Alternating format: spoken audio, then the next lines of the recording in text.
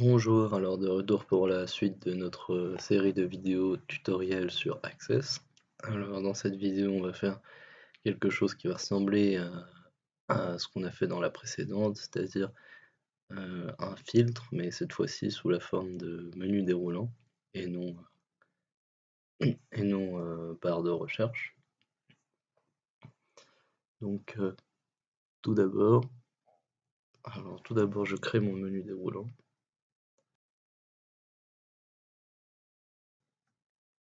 Voilà. Donc ce sera un filtre dans les contrats cette fois pour changer. Alors on passe au code, donc pareil qu'avant, hein, je ne vais pas rentrer vraiment dans les détails. Bon, vous voyez que ça ressemble à ce qu'on a fait déjà dans la vidéo précédente, un peu plus simple.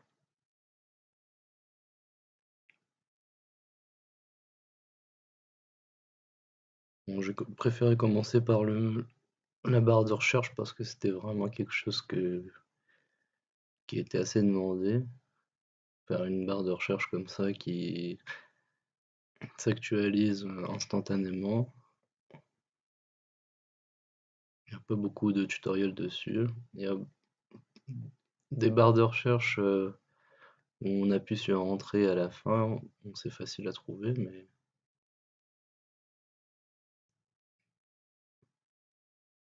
alors là j'ai ajouté un professeur du coup pour que ça, on voit bien que ça fonctionne. Voilà, donc le filtre fonctionne parfaitement. C'était assez simple. Maintenant on va faire quelque chose de un peu plus complexe. C'est combiner ce filtre avec le filtre précédent. Donc je vais faire un autre menu déroulant. Et oui, donc ce sera pour les agents cette fois, pas les contrats, donc dans l'autre formulaire.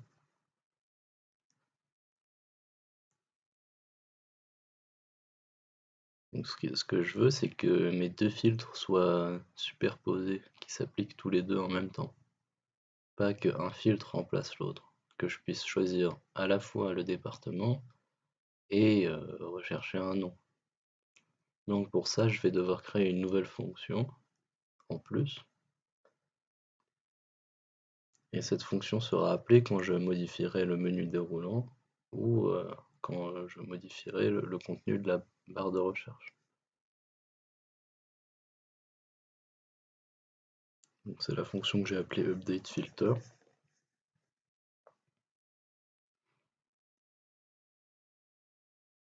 Comme vous pouvez le voir, ça ressemble à ce qu'on a fait précédemment. En fait, le code qui était dans la fonction qui était appelée quand je modifiais la barre de recherche, je l'ai déplacé dans cette fonction ici. Je vais un peu la modifier parce que du coup, en plus du filtre sur l'agent, le nom de l'agent, j'ai aussi le filtre sur le département. Bon, ça c'est un peu embêtant quand on fait des copier-coller, qu'on change de ligne, on a tout de suite le message d'erreur.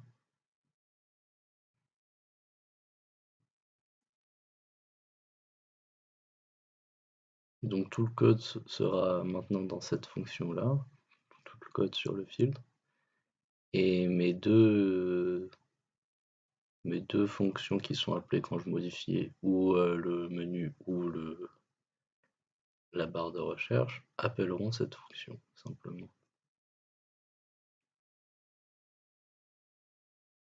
Et tout va se passer parfaitement.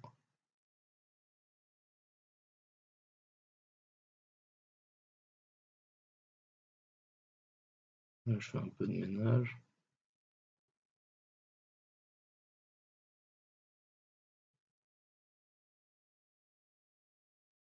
Bon, c'est bien d'un certain côté parce que ma fonction de barre de recherche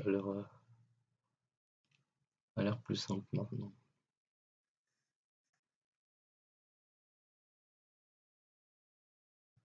Voilà, donc j'ai presque fini.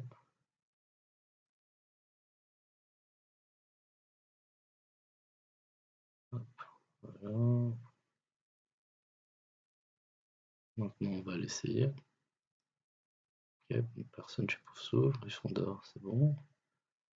Parfait. Maintenant, je vais essayer de chercher par le nom. Ok, c'est bien. Et oui, donc les deux filtres se superposent. L'un ne remplace pas l'autre.